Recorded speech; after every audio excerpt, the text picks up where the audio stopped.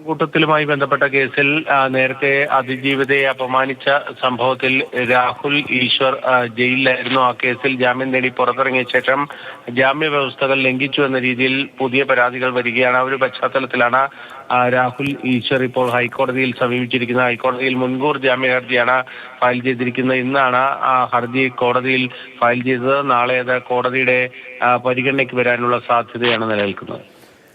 അതായത് അതിജീവിതയെ വീണ്ടും അപമാനിച്ചു എന്ന പരാതിയിലാണ് ഈ മുൻകൂർ ജാമ്യം തേടിയിരിക്കുന്നത് അല്ലേ? അതെ, ആ കേസിൽ ജാമ്യം റദ്ദാക്കപ്പെട്ട് കഴിഞ്ഞാൽ വീണ്ടും അറസ്റ്റ് ചെയ്യപ്പെടാനുള്ള സാധ്യത, അത്തരത്തിലുള്ള കാര്യങ്ങൾ മുൻനിർത്തിയാണ് രാഹുൽ ഈശ്വർ ഇപ്പോൾ ഹൈക്കോടതിയിൽ ഹർജി നൽകിയിരിക്കുന്നത്. ബിനിലാണ് വിവരങ്ങൾ നൽകിയത്. രാഹുൽ ഈശ്വർ ഹൈക്കോടതിയെ സമീപിച്ചിരിക്കുകയാണ്. മുൻകൂർ ജാമ്യം തേടിയാണ് രാഹുൽ ഈശ്വർ ഹർജി നൽകിയിരിക്കുന്നത്. അതിജീവിതയെ വീണ്ടും അപമാനിച്ചു എന്ന പരാതിയിലാണ് മുൻകൂർ ജാമ്യം തേടി ഇപ്പോൾ രാഹുൽ ഈശ്വർ കോടതിയെ സമീപിക്കുന്നത്. ബിനിലാണ് ആ വിവരങ്ങൾ വിശദമായി നൽകിയത്.